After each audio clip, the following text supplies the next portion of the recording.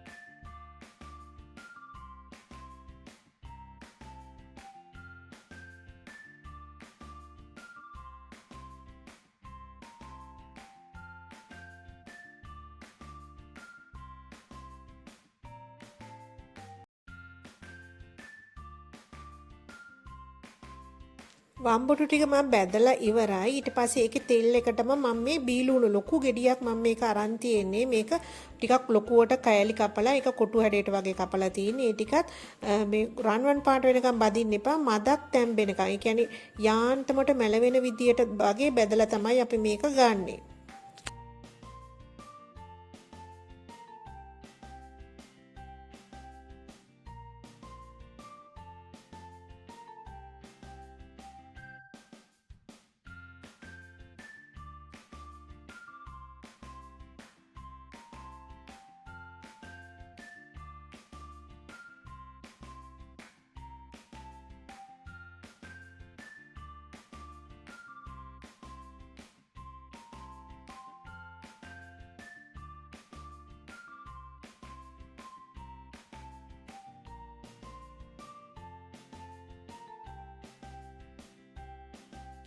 ඒ විදිහට ලුණු ටිකක් බැදුනායින් පස්සේ ඒ තෙල් එකටම මේ මිරිස් කරල් 10ක් විතර වගේ මෙතන අරගෙන තියෙනවා.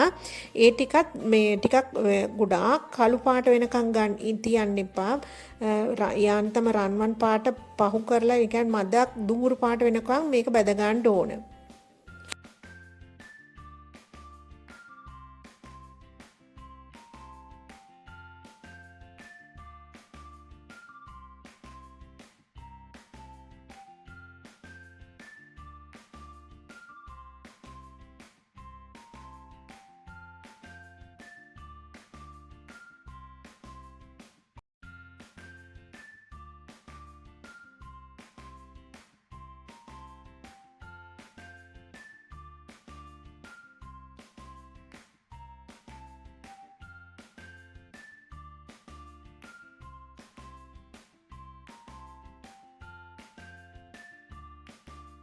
ඊට පස්සේ මම මෙතන අරන් තියෙන කොත්තමල්ලි කොළ මිටක් විතර මේ ටිකත් මද ඒ කියන්නේ ගොඩාක් ෆ්‍රයි කරගන්න එපා ටිකක් මැල වෙනකන් වගේ මේක ෆ්‍රයි කරගන්න. ඔයගොල්ලෝ මේ වෙනුවට ඕන නම් ගන්න පුළුවන් කරපිංච කොළ ටිකක්. මේ ටිකත් බැදගෙන ඉවරලා මම දැන් තෙල් බේරෙන්න මේක කඩදාසියකට වගේ එකට දානවා. ඊට පස්සේ අර බැදගත්තු මිරිස් කරල් ටිකට ලුණු තේ හැන්දක් විතර එකතු කරලා ඒ ටික හොඳට කොටා ගන්න ඕන.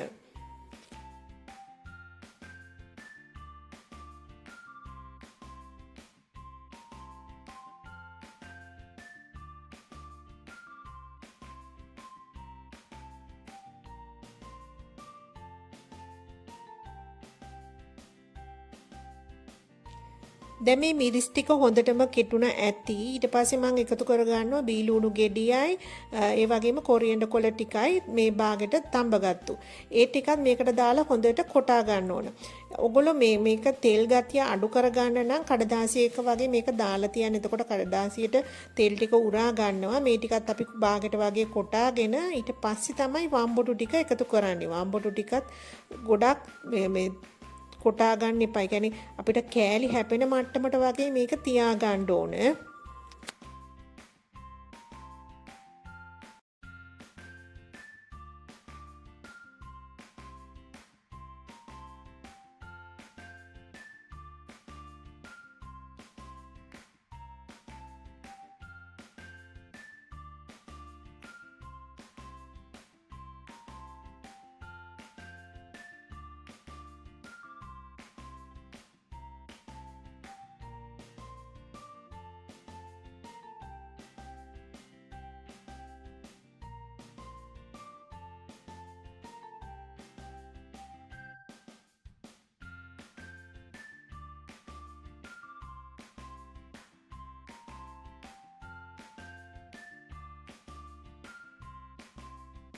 දැන් මේක ජෆ්නම් මේ වම්බොටු සම්බෝල එකක් නේ ජෆ්නායේ දාන්නේ මේකට සියඹල. ඒ වගේම මමත් මේකට සියඹල තේ හැඳි දෙකක් විතර එකතු කර ගන්නවා. ඔයගොල්ලෝ මේකේ රසය ගන්න සියඹලම එකතු කර ගන්න. දෙහි උනත් සියඹල නැත්නම් දෙහි උනත් දැම්මට කමක් නෑ. දැන් මම මේ වම්බොටු සම්බෝලේ හදලා ඉවරයි. ඔයගොල්ලෝ මේ විදියට හදලා සුදු බතක් එක්ක කාලා බලන්නකෝ. ඔයාලා මගේ වීඩියෝ වලට කැමති නම් මාව subscribe කරන්න. ඔබ සැමට සුබ දවසක්.